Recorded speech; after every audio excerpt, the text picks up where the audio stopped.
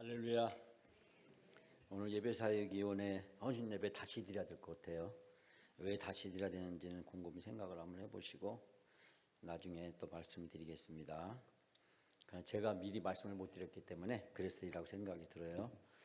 자, 미국의 경상도 할머니가 미국을 갔습니다. 이 할머니 영어를 못합니다. 근데 어느 날 혼자 외출을 하게 되었어요. 버스를 타야만 했습니다. 버스 정류장에 서 있었는데 웬 미국 청년하고 같이 서 있었습니다. 할머니가 저 버스가 오는 쪽을 힐끔힐끔 쳐다보더니 할머니가 말했습니다. 버스데이 그랬답니다. 근데 그날이 하필이면 월요일 날이었어요. 월요일이 영어로 먼데이거든요. 그러자 미국 총각이 하는 말이 먼데이 그랬답니다. 이 할머니 그 이야기를 한국말로 알아들은 거예요. 왓데이는 무슨 말이죠? 무슨 날이냐? 오늘이 무슨 날이냐? 그러니까 미국 청년이 당연히 영어로 뭐라고 그래요? 먼데이, 월요일입니다 라고 대답하자 이 할머니 그 말을 영어로 알아들은 거예요. 그래서 버스가 오니까 뭐라고 그래요? 버스데이 그랬답니다. 이 미국 총각 깜짝 놀랐답니다. 이 어리숙한 동양 할머니가 이렇게 영어를 잘하다니. 자기도 모르는 사이에 감격해서 오 해피 버스데이 그랬답니다. 오 해피 버스데이. 그러니까 한국 할머니가 단호하게 이렇게 얘기했답니다. 오 노 시내 버스데이 그랬답니다. 오늘 해피 버스데이가 무슨 데이라고요? 시내 버스데이라고 했답니다.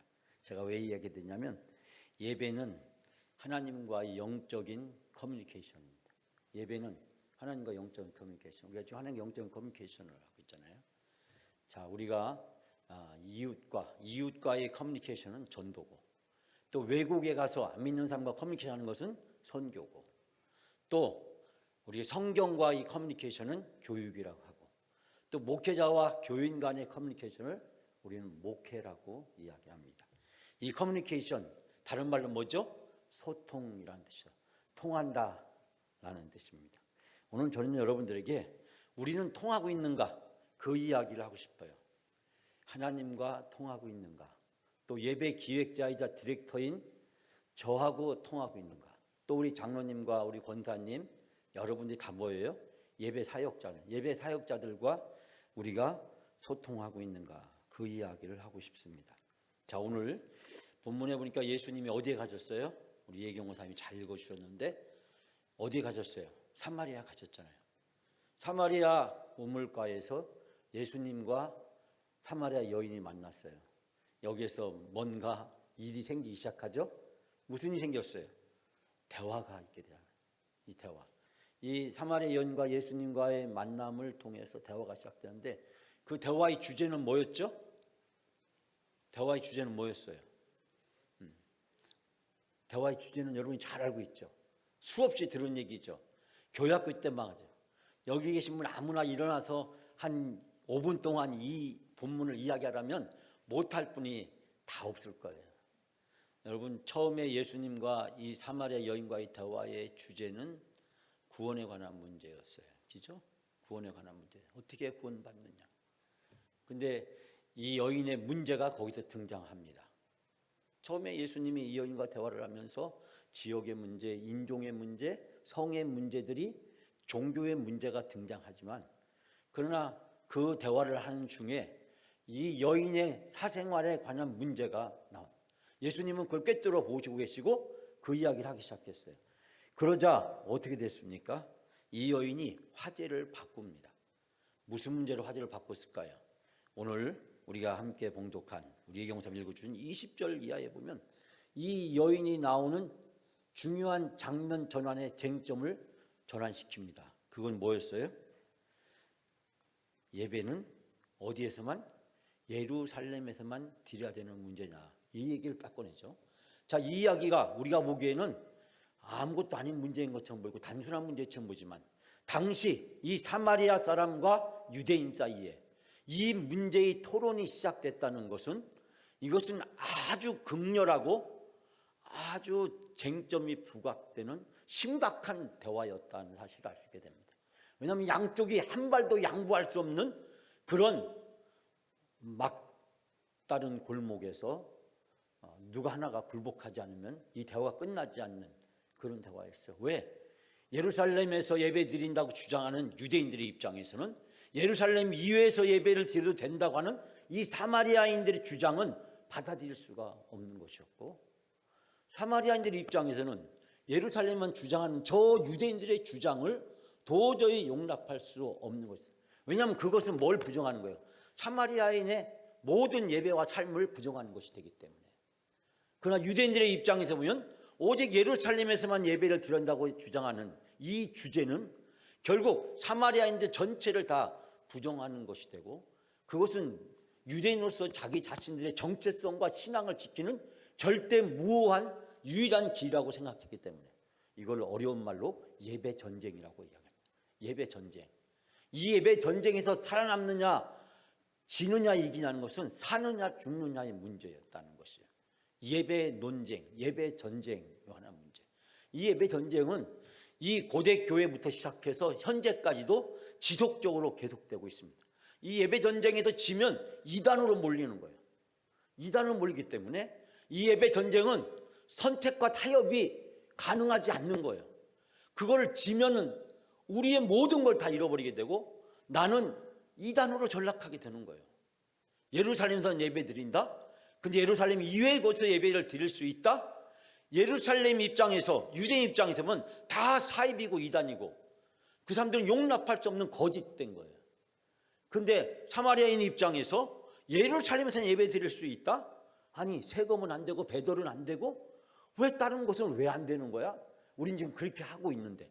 우리는 지금 그렇게 하고 있는데 왜? 예루살렘에서 예배를 드릴 수가 없거든요. 왜 못 드려요? 안 받아주니까. 유대인들이 안 받아주니까.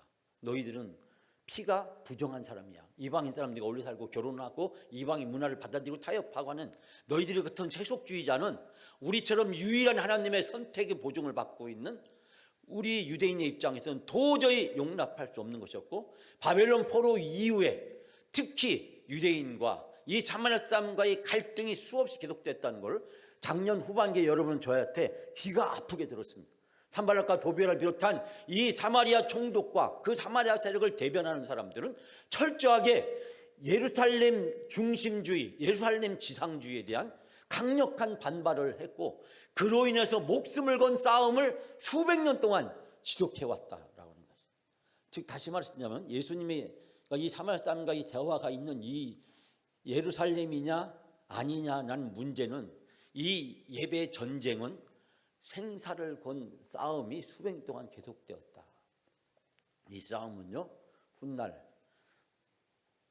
유대교 기독교인들과 이방인 기독교인들 사이에 싸움이 벌어지고, 이 싸움은 더 나아가서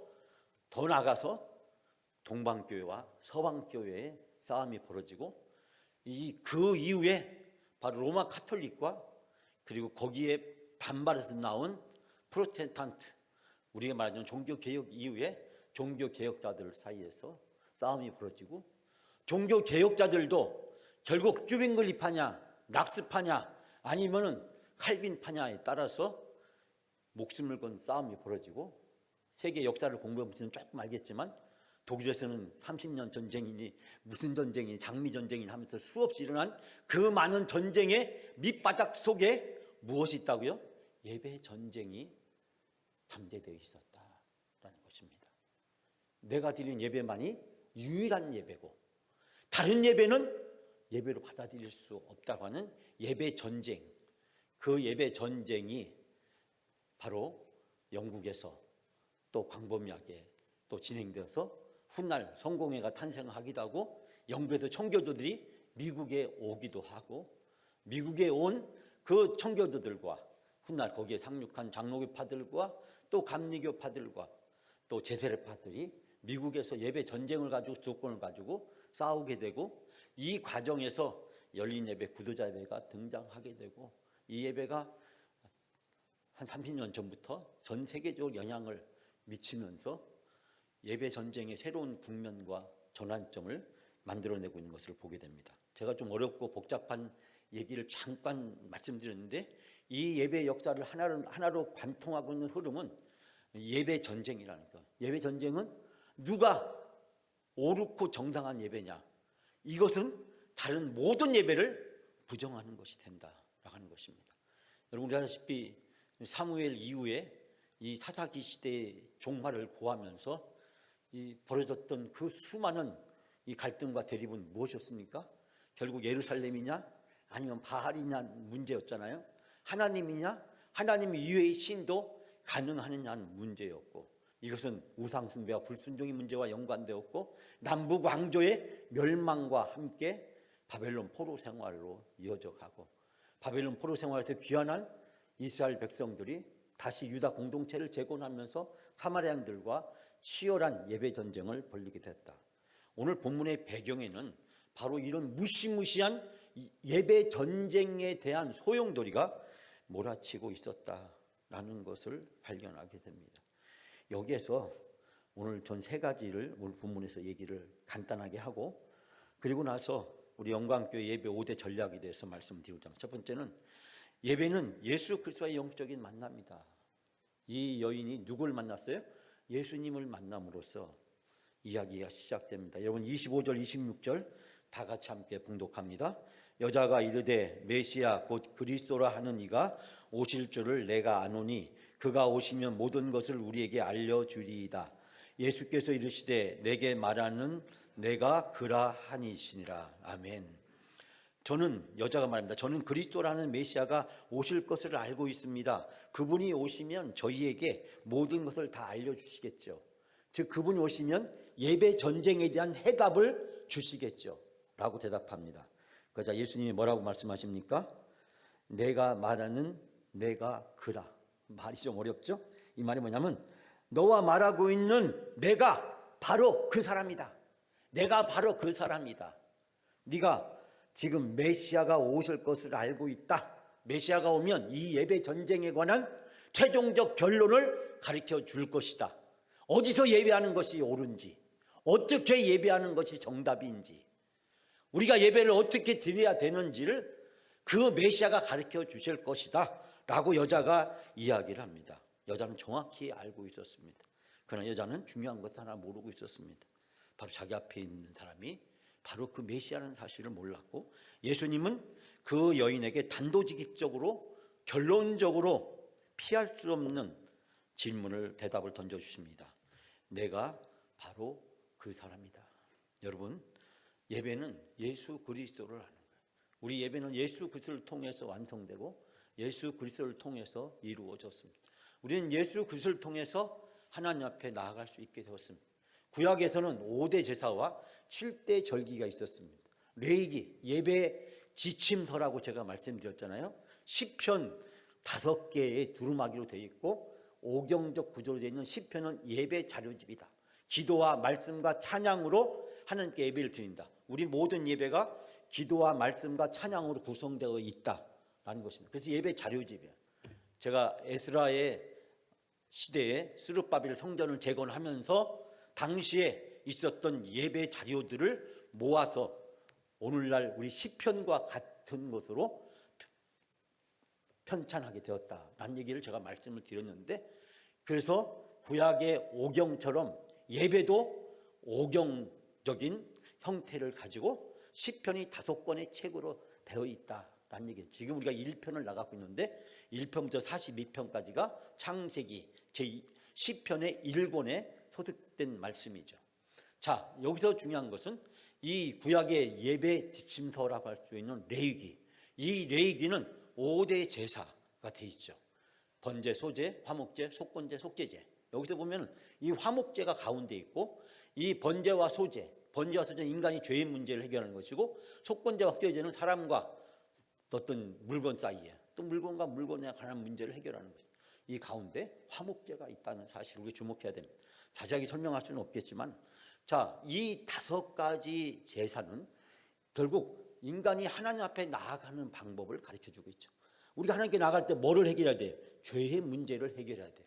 죄가 있으면 하나님께 나아갈 수가 없어요. 그래서 우리가 예배의 맨 앞부분에 뭐가 있습니까? 우리가 회개의 시간, 회개의 기도 시간이 있고, 목사가 사죄의 선언을 하는 것을 포함하고 있어요. 이게 개신교, 우리 장로교 예배의 핵심적인 요체입니다.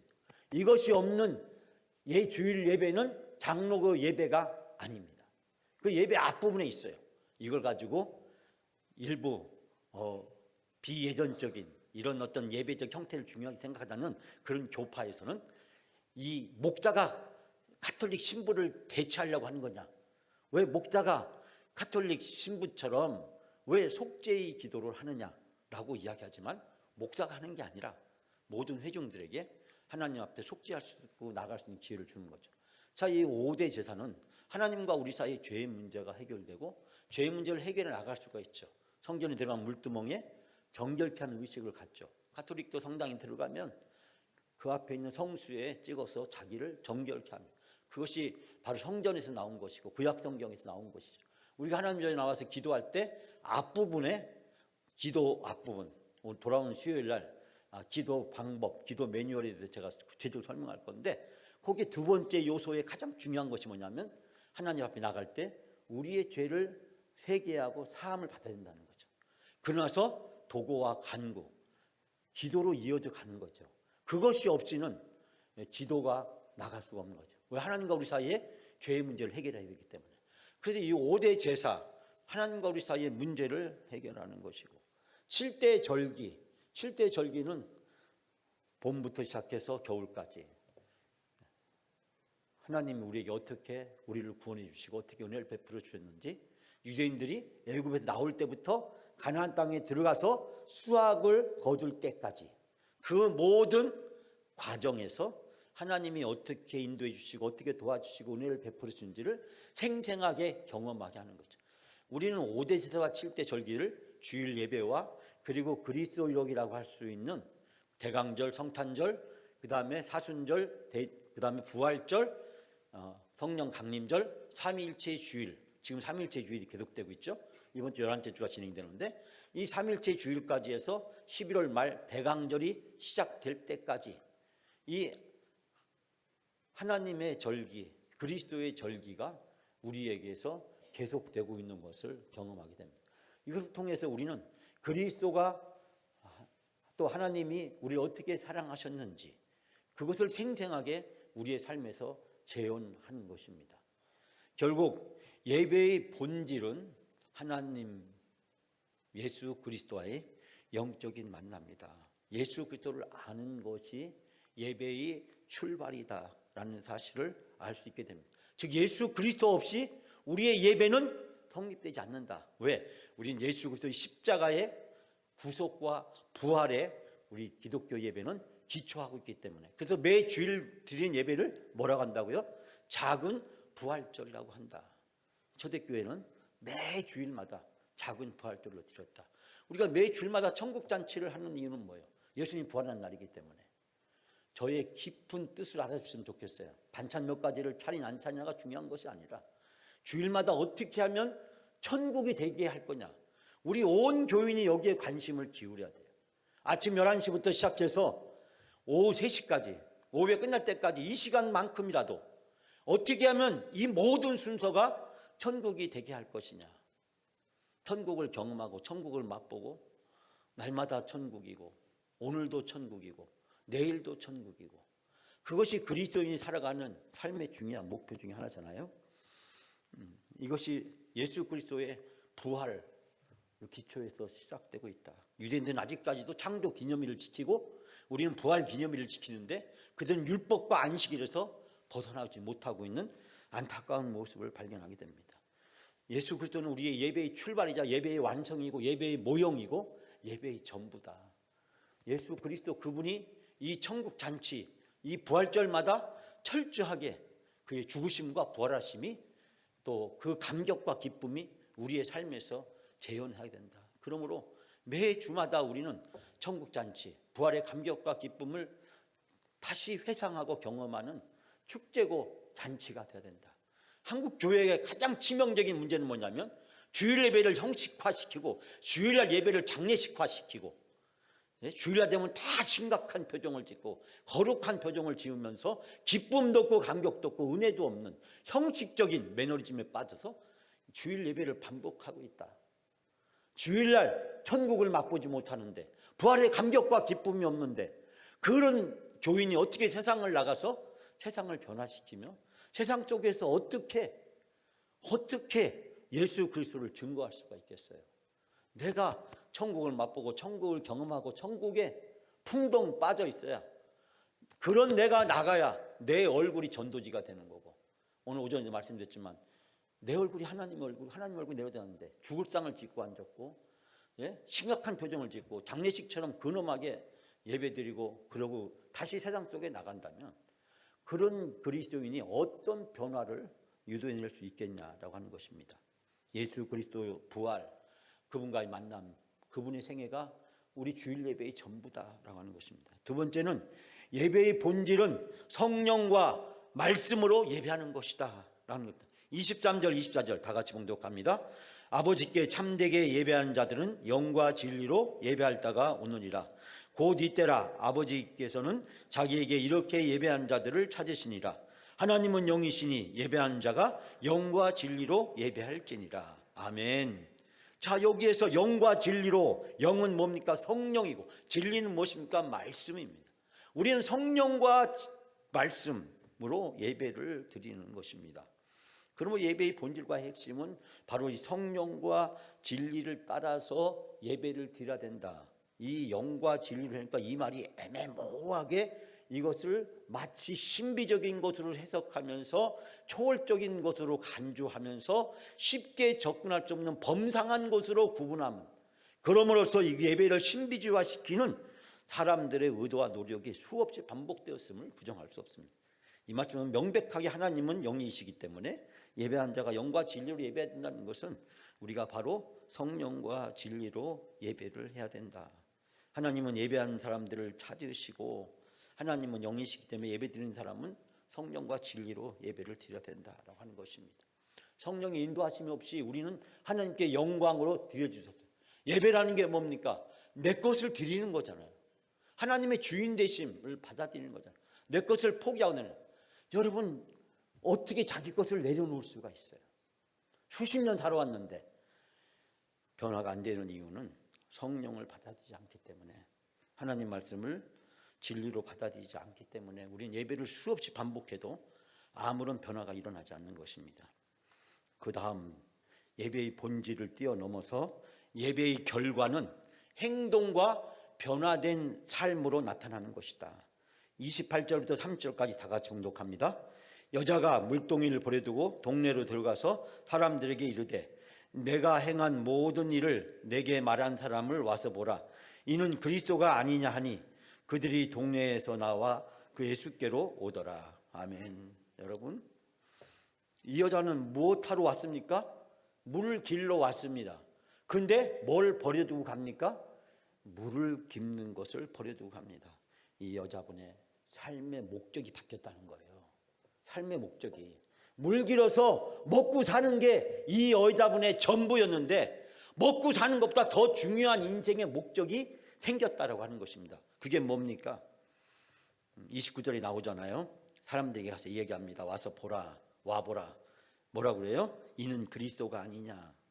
이 말을 공동번역은 재미나게 번역하고 있는데, 나의 지난 일들을 다 알아맞힌 사람이 있습니다. 나의 지난 일, 이 여자의 지난 일은 누구예요? 남편이 몇입니까? 이 여자분은 먹고 살기 위해서 많은 노력을 했어요. 자기가 그렇게 하고 싶었던 것은 아니었을 거예요. 결혼을 여러 번밖에 할 수 없는 것은, 그렇게 하지 않으면 먹고 살 수 없는 이 여자분의 안타까운 현실이 뒷받침이 된 거지. 이 여자의 성적 취향을 여기다 갖다 적용시키면서 이 본문을 해석하려고 하는 그런 극악무도한 접근을 우린 단호히 배척해야 됩니다. 먹고 살기 위해서, 살아남기 위해서, 생존하기 위해서 어쩔 수 없이 결혼하고 또 할 수밖에 없었어요. 이 여자의 문제가 아니라 당시 사마리아 사회의 문제였고 남성 중심의 사회적 구조에서 파생된 문제지, 이 여자의 성적 취향이 이 연인과 수없이 많은 결혼을 하겠다고 하는 황당무계한 접근을 하는 그런 사람들의 주둥이는 그냥 날려버려야 됩니다. 죄송합니다. 표현을 과격하게 해서 여성 신학자들이 하는 얘기예요. 그런 주둥이를 날려버려야 된다. 그런 가부장적 사회의 편견과 오류에 사로잡혀 있는 주둥이를 날려버려야 된다. 여러분, 그런 주둥이 날려버려야 되죠. 왜? 이 여자분을 죽이는 거잖아요. 2차, 3차, 4차 가해를 하는 거잖아요.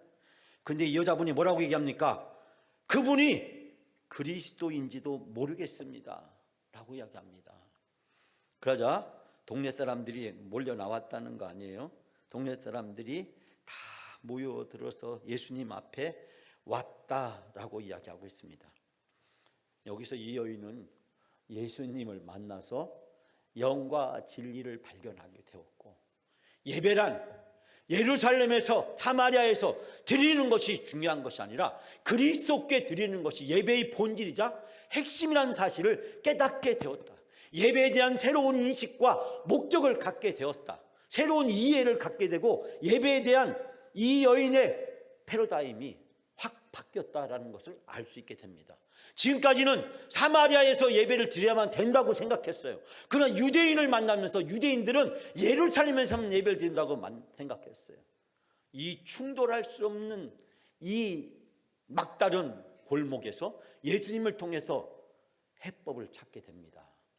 예배는 사마리아에서 예루살렘에서가 아니라 무엇으로요? 성령과 진리로 예배를 드려야 된다.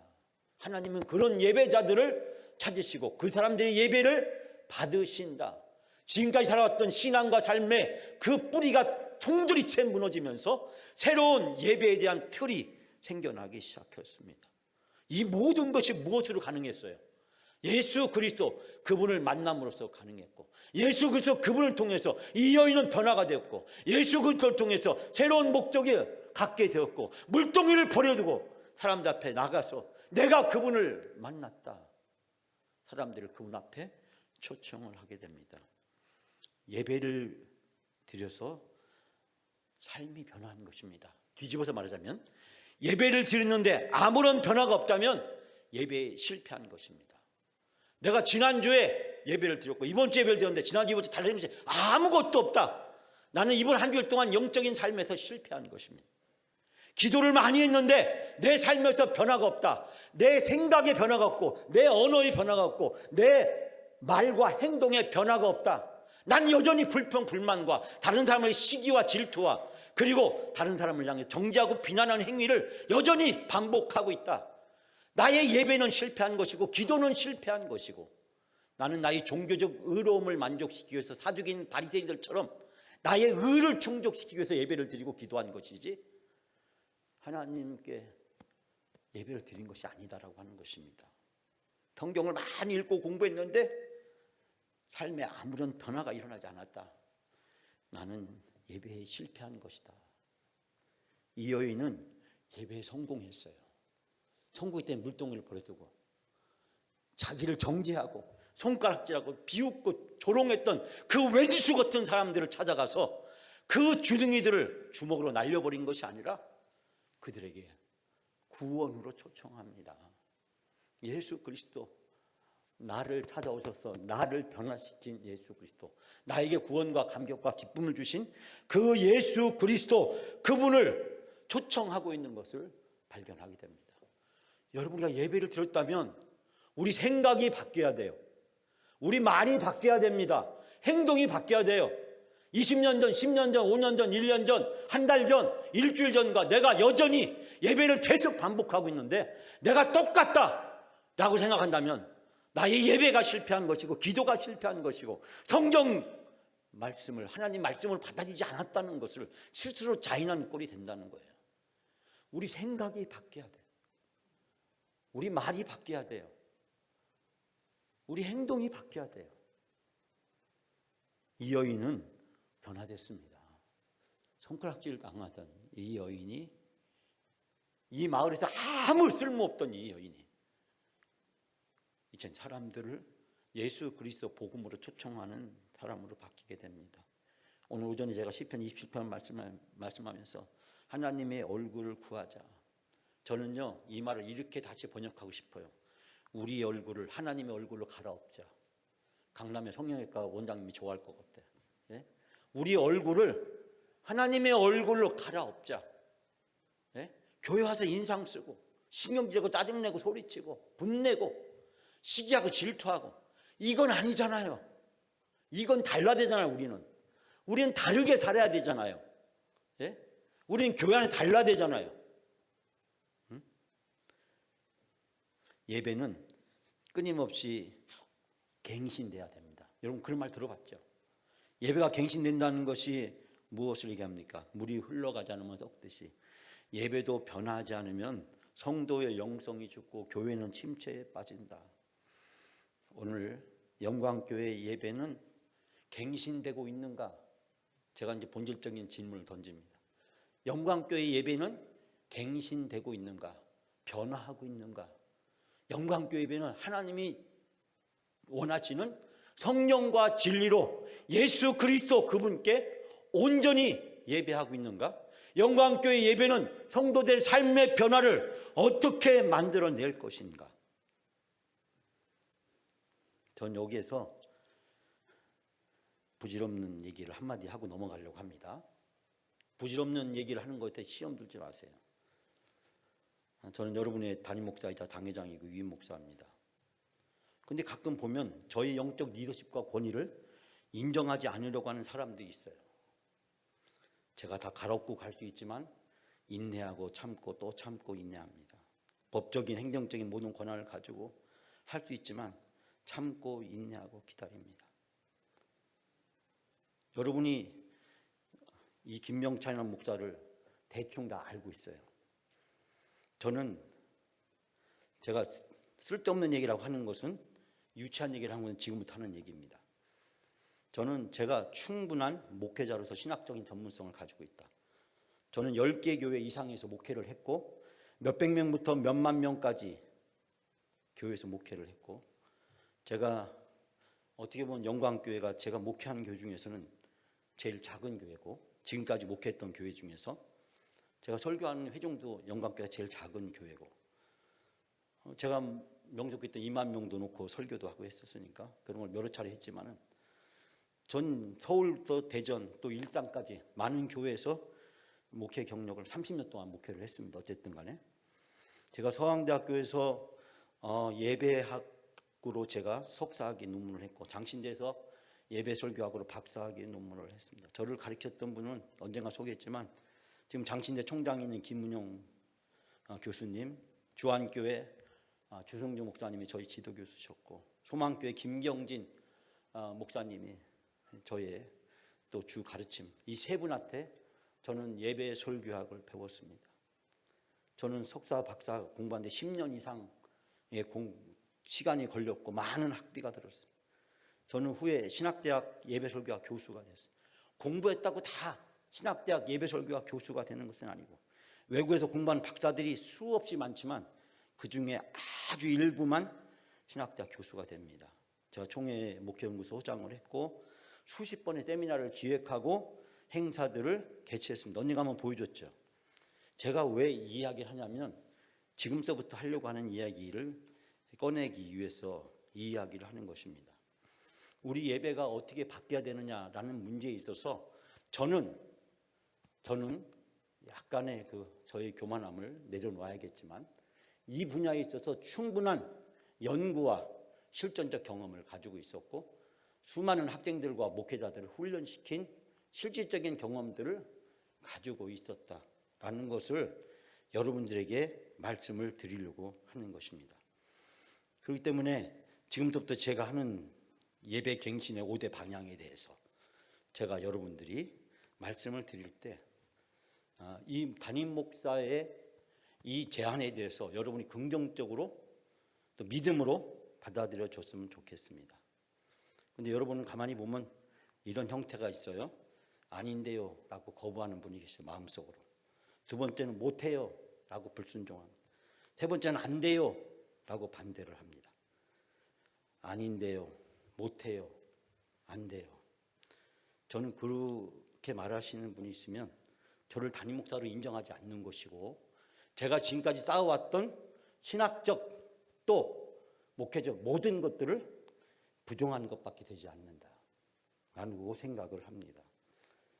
그렇기 때문에 저는 여기에서 상당히 고민을 하지 않을 수 없다라는 점을 여러분에게 말씀을 드립니다. 자, 저는 앞으로 영광교회 예배 갱신의 5대 전략, 첫 번째 주일 예배입니다. 주일 일부 예배를 어떻게 활성화시킬 거냐. 전 주일날 1, 2부 예배를 철저하게 차별할 것이다. 지금 1, 2부가 차별화가 안 돼 있습니다. 찬양대가 있느냐 없느냐의 차이밖에 없습니다. 앞으로 제가 바라는 것은 1부 예배는 찬양팀이 이끄는 현대적인 예배를 드린다라고 하는 것입니다. 그래서 시간이 주일날 바빠서 일을 해야 되는, 출타해야 되는 분들과 또 교회 여러 기관 사역을 해야 되는, 교회 학교 사역을 하는 분들의 영성을 충전시켜주는 예배가 돼야 된다. 그래서 현대적 예배로 1부 예배를 활성화시킨다. 2부 예배와 똑같은 예배를 반복하지 않겠다라고 하는 것입니다. 이것은 오래전부터 많은 교회들이 시도했던 것이고, 서울에 있는 교회들이 1부는 현대적 예배, 2부는 전통적 예배, 3부까지 드리는 교회는 1부는 현대적, 2부는 절충적, 3부 예배는 현대적 예배로 많이 드립니다. 저는 수없이 이것을 강의를 해왔고, 대학원 석박사과정 또 목회자 세미나에서 실질적 대안을 제시했고, 그런 교회 현장을 가서 많이 눈으로 직접 보았기 때문에 제가 확인한 바, 교회 안의 예배는 다양화되어야 된다. 미국의 시카고에 있는 윌로우 크릭 교회를 비롯해서 현대적 교회를 추구하는 많은 교회들이 주중에 다양한 예배들을 설정하고, 그래서 주중에는 기존 신자들을 위한 예배, 또 사역자들을 위한 예배, 또 토요일 날은 철저하게 전도자, 구도자를 위한 예배, 우리나라 열린 예배죠. 주일 날도 다양한 예배의 형태들을 수용하고 있다. 예배의 본질은 변함이 없지만 예배의 형태는 대상과 따라서, 시대에 따라서, 또 문화에 따라서, 국가에 따라서 다양하게 될 수 있다. 예배는 획일화된 게 아니라는 점을 제가 말씀드리고 싶어요. 그것이 꼭 우리 조선시대 때 제사 드리면서 밤나라 대추나라 싸움 되듯이 그런 논쟁을 할 수 있는 것은 아니다라는 것을 말씀드리면서, 일부 예배는 현대적인 예배로, 현대적인 예배는 사도신경이나 주기도 뭐냐면 성시 교독도 하지 않습니다. 그래서 일부 예배를 어떻게 하면 우리 교회 사역자들과 또 일부 예배를 드릴 수밖에 없는 사역자들, 또 바쁜 분들을 위해서, 또 젊은 세대를 위해서 예배를 활성화시킬 수 있을 것인가. 여기서 한 가지 고민이 타는 것은 젊은 세대들이 아침 일찍 못 나온다는 거죠. 오후 늦게 나온다는 거죠. 어떤 교회는 이거를 오후 1시에 교회 드리는 교회들도 있어요. 우리 교회는 뭐 그렇게 예배를 다양하게 설정할 수가 없기 때문에 주일 일부 예배를 현대적 찬양 예배로 간다. 주일 2부 예배는 생동감을 부여하기 위해서 노력한다. 자, 우리가 이 경건한 예전적인 예배, 그게 2부 예배의 핵심 컨셉인데요. 여기에 생동감을 어떻게 변화시킬 수 있을 것이냐, 이 고민을 하지 않을 수 없다. 여기서 제가 이제 여러분께 충격적인 제안을 합니다. 앞으로 성가대석을 없앱니다. 성가대석이 회중으로 들어갑니다. 지금 많은 교회들이 그런 시도를 하고 있어요. 성가대석의 가장 치명적인 문제는 뭐냐? 성가대석 예배를, 찬양 예배를 드리면서 예배를 관람한다. 예배를 관람한다. 예배를 관람한다. 예배를 관람하는 이 잘못된 것을 어떻게 극복할 것이냐. 여러분이 수십 년 동안 해왔던 이 찬양대를 제가 회중석 맨 앞자리로 다 옮긴다고 했을 때 여러분이 그것을 어떻게 받아주실런지, 이 예배 신학자, 예배 교수, 여러분 제 말을 따를 수 있겠는가 라고 하는 거예요. 저는 찬양대석에 앉아있으면 자기도 모르는 사이 어느 순간에 예배를 관람하게 되고 회중들을 의식하게 돼요. 회중석에 있는 분들은 회중을 의식하지 않습니다. 여기는 목사만 보면 되죠. 그러니까 여기는 목사도 보고 회중도 봐가면서 예배를 관람하거나 구경하거나 예배를 들러리서거나 제3자적 입장에서, 당사자 입장이 아닌 예배에서 자기 주체를 이탈시킨 그런 분리적 예배를 드릴 가능성이 농후하다라고 하는 것이 저희 신학적 판단이기 때문에 저는 이 찬양대석의 변화가 필요하다. 여러분 원래 중세시대나 그 고대 근대까지만 하더라도 이 찬양대는 옆에 있지 않냐고 저 2층에 있었어요. 특히 중세시대는 그레고리안 찬타라고 해서 단선율 성가를 해서 위에서 천상에서 찬양대의 음성이 쏟아지게끔 그런 예배를 드렸습니다.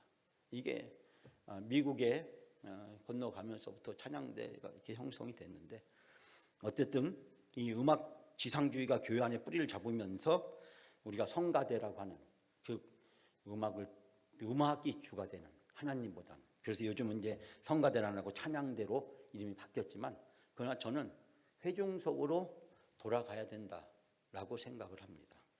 여러분이 60년 동안 안 바꾼 거 제가 바꾸자고 하면 여러분이 바꿀 수 있을지, 안 바꾸면 그걸로 그만두는 거죠. 더 이상 뭐 죽은 예배를 계속 드릴 수밖에 없는 상황이 된다.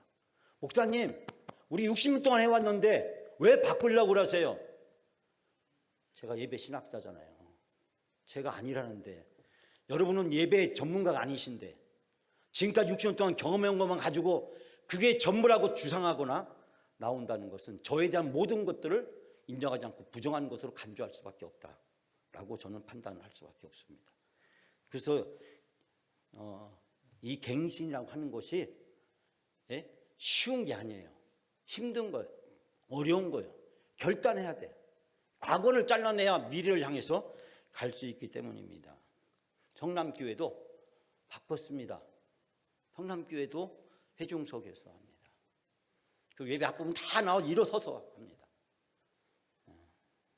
많은 교회들이 진지하게 새롭게 번영되고 있는데, 찬양대가 관료화된 교회를 제외하고는 새로운 예배를 받아들이고 예배를 갱신하려고 하는 교회들은 이에 적극적인 검토를 하고 있습니다. 저는 예배 신학자로서 예배가 수백 년 동안 이어져 내려온 전통을 중시하지만, 그러나 예배의 본질을 잃어버린 현대교회의 예배는 달라져야 된다라고 강력하게 생각합니다. 세 번째는 오후 예배입니다. 다양한 열린 예배 축제로 기획한다. 저는 그렇게 생각합니다. 한 달에 한 번씩 헌신 예배, 한 달에 한 번씩은 목회 주제 예배, 한 달에 한 번은 콘서트 예배, 그 다음에 한 달에 한 번은 다양한 가정주일 예배로 간다. 자, 여기서 이제 여러분이 다 아는 얘기고, 목회 주제 예배가 뭐냐? 오늘처럼 이렇게 약간 헌신과 겹치기도 했습니다만, 목회적으로 우리 교회가 현안의 중요한 문제를 주일날 오후에 설교할 수가 없기 때문에 그 어떤 주제를 가지고 집중적으로 목회자가 교인들에게 제안을 하고 앞으로 교회 목회 방향이 어떤 식으로 갈 건지에 대해서 충분히 논의하는 그런 예배가 되겠고, 한 달에 한 번 콘서트 예배. 저는 이제 미국에서 어느 시골 교회에서, 시골 교회인지 잘 모르겠습니다만, 제가 서울에 있을 때 어느 교회 음악 목사님한테 동영상 10몇 개를 받았어요. 언젠가 여러분이 보여줄 텐데, 뭐 교회는 우리보다 작은가 비슷한 교회 사이즈 교회입니다. 근데 나이가 많으신 분들이 많아요. 그런데 그 1시간 내내 찬양을 하는 거예요. 찬양을. 거기 목사님이 설교하는 부분은 나오지 않았기 때문에 제가 보기엔 설교도 했긴 했을 것 같은데, 설교 부분이 그렇게 길지 않게 처리가 되지 않았게 생각되는데, 찬양을 하는데 우리가 알고 있는 태산을 넘어 험곡에 가도 뭐 이런 찬송가 위주의 그런 곡들을 이렇게 부르는 거예요. 근데 그것이 우리처럼 이렇게 둘러 앉아서 부르듯이 앉아서 자연스럽게 하고 중간중간 일어나서 또 부르시기도 하고, 일어나서 부르시는 분들 보니까 조금 이렇게 찬양을 과거에 좀 했던 분들인 것 같아요. 근데 우리가 뭐 태산을 넘어 험곡에 가도 뭐 이런 우리가 잘 알고 있는 익숙한 찬송가들을 부르는데 예배가 얼마나 은혜롭던지, 그래서 그걸 소개시켜준 음악 목사님이 저에게 하는 말씀이에요. 목사님, 저는 한국교회 주일 오후 예배가 그렇게 바뀌었으면 좋겠습니다. 교인들이 오전에도 말씀을 많이 들었는데 오후까지 또 말씀을 듣는 것보다는 오후에는 정말 찬양 축제가 됐으면 좋겠습니다. 저는 우리 교회가 그런 예배가 좀 있었으면 좋겠다. 지금 우리 찬양을 15분 전부터 해서 제가 10분 정도 하고 한 25분 정도 하지만, 그러나 그것을 좀 예배 속에 적극적으로 받아들여서 할 수는 없을까? 이때는 설교는 한 10분 정도만 하고 나머지는 정말 온 교인들이 마음 놓고 공감하고 할 수 있는 그런 주제를 정해서 그 주제에 따라서 오늘 뭐 그 시간 집중적으로 찬양. 제가 이제 구역 예배 신방을 하면서 주로 여러분들이 무슨 찬송 부를까요? 라고 물으면 제일 1번이 뭐라고요? 예? 지금까지 지내온 것. 우리 영광교 성도들이 제일 좋아하는 찬송 같아요. 예? 그 다음에 나의 갈 길 다가도록. 또 무슨 찬양이 있을까요? 뭐 대충 그런 찬양들이잖아요. 그죠? 한국교회 10대 찬송가 하면 대충 딱 나오잖아요. 10손가락이 딱 나오잖아요. 참 그런 찬양, 우리가 정말 은혜롭게 부를 수 있는 그런 예배가 필요하다라고 생각합니다. 네 번째는 새벽 예배입니다. 새벽 예배는 우리가 그런 찬양이 있잖아요. 기도할 수 있는데 왜 실망하십니까? 저는 일주일에 2번 정도는 모든 교인은 의무적으로 새벽에 기도해야 된다. 왜? 우리 영광교회는 금요 철야를 만들 수도 없고 뭐 한 달에 한 번씩 기도원 가는 프로그램을 할 수도 없고 기도 학교를 하기도 애매모호하고 앞으로 이제 우리 노문양 권사님, 정민석 권사님 내년에는 본격적으로 이제 중보기도 부를 신설을 해서 이제 중보기도를 본격화시켜야 되는데 우리가 중보기도를 하긴 해야 되지만 또 매일 집에서 10분씩 우리 다니엘 1, 2, 3 중보기도 운동을 하긴 해야 되지만 그러나 우리가 일주일에 2번 정도는 새벽 기도를 꼭 하자. 한 달에 한 번씩은 좀 한 주간 집중적으로 기도하자. 저는 그런 영성이 필요하다고 생각하고 여기서 한 가지 더 제가 고민하고 있는 것은 월요일 날 새벽 기도를 각자 자유롭게 기도하고 화요일부터 토요일까지 한다. 토요일 날 온 가족 예배를 드린다. 이미 많은 교회들이 3세대 예배, 아버지와 할아버지와 아들과 손자가 나오는 3세대 예배, 온가족 통합 예배, 한가족 예배, 별별 다양한 형태로 이 토요일 날 새벽을 하고 있고 명성교회도 하고 있고 많은 교회들이 이 토요일 날 새벽 기도를 하고 있는 현실입니다. 물론 월요일부터 토요일까지 다 합니다. 그런 교회들은. 근데 저는 그게 아니라 월요일 날은 우리가 각자 집에서 자유롭게 기도하고 또 1, 2, 3 다니엘 중보기도 가지고 월요일 날은 집에서 기도하고 화요일서부터 토요일까지 토요일 날 새벽을 우리가 그렇게 드리면 어떨까? 우리가 이제 월요일서부터 금요일까지 하는 거를 화요일부터 토요일 날 이렇게 옮기는 거잖아요. 하나 옮기는 이것이 제가 새벽 기도에 대한 저의 대안이고 2번 정도는 우리가 그렇게 하자. 세 번째는 마지막 5번째 수요 예배는 말씀 훈련으로 전환한다. 내년부터. 자, 우리가 일주일에 한 번은 성경 공부해야 되잖아요. 근데 언제 하실래요? 화요일날 나와서 하실래요? 목요일날 나와서 하실래요? 금요일 나와서 하실래요? 주일날 일찍 와서 하실래요? 점심때 하실래요? 오후에 끝나고 하실래요? 시간 잡기가 너무 애매합니다. 너무 애매해. 보통 화요일날 성경 공부반 있고 목요일날 제자반이 있고 그렇게 돼 있죠. 여러 가지 화요일날 성경 공부반이 열립니다. 목요일날은 제자반이 열립니다. 그러니까 우리 교회는 현재 상황에서 그렇게 했을 경우 여러분에게 상당히 과부하가 걸릴 수 있기 때문에 저는 수요일 저녁을 예배 전 15분 찬양하고 7시 정각이 땅 되면 그때부터 시작해서 50분 정도 우리가 성경을 공부하고 또 필요하면 목요일 날 오전에 2시간짜리 집중화된 성경 공부를 선택할 사람들은 선택해서 공부한다든지 하는 대안을 모색을 하면서 저는 수요 예배를 말씀 훈련으로 우리가 전환하자.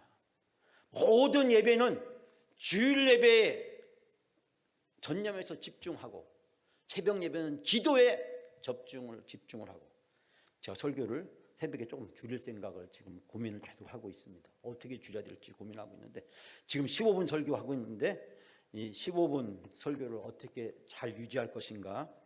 30분 중에 15분이면 그렇게 많은 건 아니기 때문에 어쨌든 찬양을 앞부분 조금 더 줄이고 해서 최소한도로 해서 새벽 예배는 정말 기도 중심의 예배가 되고 그리고 주여 3창 2번 하고 통성기도 2번 하잖아요. 그런 이유가 좀 있는데 어쨌든 우리가 예배를 어떻게 이 5가지 예배 주일 1부 예배, 주일 2부 예배, 오후 예배, 주일 찬양 예배, 그다음 수요 예배, 새벽 기도를 각자 다 차별화해서 각각 다른 예배를 깊이 있게 다양하게 참신하게 교인들에게 풍성한 영성 훈련과 함께 하나님께 예배할 수 있도록 여러분을 도와야 될 것인가.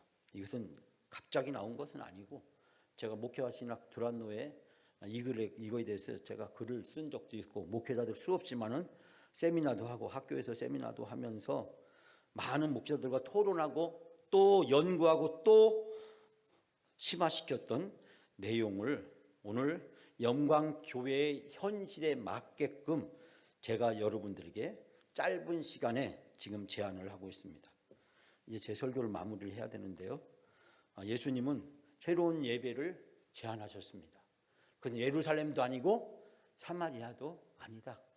예배의 본질, 예수 그리스도와의 만남과 성령과 진리로 예배하는 것, 그것이 예배를 하는 자들이 참다운 예배다라고 하는 것입니다. 너무나 뻔한 말이지만 예배가 살아야 교회가 삽니다. 예배가 살려면 예배가 끊임없이 변화해야 됩니다. 세수를 세 부대에 담듯이 예배의 본질은 변하지 않지만 예배를 담는 그릇은 시대에 맞춰서 끊임없이 변화가 돼야 됩니다. 제가 서울에 있던 교회에서 한 번은 예배에 대해서 토론이 벌어졌어요. 어디에서? 고등부에서 예배를 어떻게 드릴 거냐 가지고 토론이 벌어졌습니다. 그 벌어진 이유는 뭐냐면 고등부 학생들이 예배를 너무 식상히 하고 너무 지각하고 절반 이상이 예배를 지각하고 그 절반도 예배 시간에 오면은 졸거나 스마트폰 하거나 딴짓을 하기 때문에 도대체 예배를 어떻게 드려야 되느냐. 거기서 고등부 교사들이 두 표를 쫙 갈라졌어요. 젊은 교사들은 열린 예배를 막 드려야 된다. 그러자 이 나이 든 교사들은 지금까지 해온 예배를 계속 드려야 된다. 2시간 동안 토론을 했는데요. 결론을 어떻게 내렸느냐. 부장님이 이렇게 결론을 내렸습니다. 아이들이요, 이제 고등부를 졸업하면 어른 예배 가야 돼요. 어른 예배 가서 적응을 못하면 어떻게 하죠? 어른 예배가 적응을 못하고 다시 교회를 안 나오면 어떻게 해요? 그러니까 고등부 예배 때부터 어른 예배 적응 훈련을 해야 돼요. 저는 그 이야기를 듣고 그 부장님을 어떻게 해야 될지 많이 고민하고 기도하고 또 기도해서 교육 담당 목사였던 저는 그 부장님을 그 다음에 어른 예배, 주일 낮 예배 영접보러 보냈습니다. 거기서 잘 준비해달라고. 어린 영혼들은 어린 영혼의 눈높이에 맞춰서 예배를 드려야 되죠. 우리가 수백 년 전에 드렸던 예배를 지금까지도 고수하는 사람들이 있어요. 누군지 아세요? 동방전교회 사람들. 600년도에 드렸던 예배를 지금도 똑같이 드리고 있어요. 마포에 가면 동방종교회가 있습니다. 제가 거기 3번 갔는데 2시간 반, 3시간을 예배를 드리는데 수없이 앉았다 일어났다 합니다. 여러분 같으면 여기서 사람을 싸면 몇 분 없을 거예요. 다 넘어질 겁니다. 놀라운 것은 저 러시아에서 온 그 화려한 화장을 하고 옷을 입고 우리가 감당하기 어려운 그런 복장을 하고 온 그 러시아에서 온 여성분들이 말이죠. 그 3시간 예배를 말이죠. 너무 잘 드리고 있다는 거예요. 그분들이 예배적 전통을 중시해서 그 예배를 따라가고. 그러나 그 예배를 수용할 수 있는 사람은 몇 사람이나 되겠어요. 우리 눈높이에 맞춰서 우리의 예배를 우리는 드려야 됩니다. 제가 오늘 결론적으로 얘기하고 싶은 얘기는 변하지 않으면 죽는다. 변하면 산다. 여러분 60년을 지났는데 이제 우리가 좀 달라져야 되지 않겠어요? 60년 동안 해온 것 그대로 하는 것이 곧 그리스도고 진리라고 생각하십니까? 여기는 담임 목사는 그렇게 생각하지 않습니다. 제가 배운 목회적 신학적 훈련은 그렇지 않습니다. 제가 신학대학에서 총회에서 목회자들 훈련시키고 강의하면서 예배는 끊임없이 변화해야 된다. 변화하지 않으면 교회도 죽고 성도도 죽고 목회자도 죽는다. 변화하면 희망이 생기고 변화하면 살고 변화하면 교회는 부흥한다. 여러분, 이것이 저의 예배 철학이자 저의 예배 신학이고 제가 여러분에게 제안하고 싶은 영광교회 5대 목회 전략입니다. 저는 이 방향으로 기도하고 준비하고 나가게 될 것입니다. 제가 이 자리에서 말씀드리는 것은 여러분과 충분히 소통하고 대화하기 위해서 또 여러분의 담임 목사가 가지고 있는 목회적 신학적 전문성을 여러분이 인정해주고 이 일에 함께 기도하고 동역해 달라는 제안을 하고 싶습니다. 예배를 드렸는데 아무런 변화가 일어나지 않는다면 오늘 예배를 드렸는데 여러분이 아니요 못해요 라고 이야기한다면 이 예배는 실패한 것이 됐죠. 제가 처음에 던졌던 것이 우리가 이 변화를 받아들이지 않으면 실패한 것이 된다. 찬양대원들은 회중석으로 가는 것을 아멘 할렐루야 하고 내려가야 되고, 왜? 여러분이 담임 목사가 목회적인 전문성과 신학적인 기반을 토대로 해서 결정한 것이기 때문에 그것을 여러분이 기꺼이 따라주고 동의하는 것이 담임 목사의 영적 리더십에 동의하는 것이 되는 것이고, 그걸 여러분이 반대한다면 저는 아무것도 하지 않는 거죠. 설교만 하고 신방만 하는 목사로 될 수밖에 없는 것이고, 저는 제가 가지고 있는 모든 재량과 능력을 발휘해서 영광교회 회복과 부흥을 위해서 쏟아부을 각오를 가지고 영광교회에 부임을 했습니다.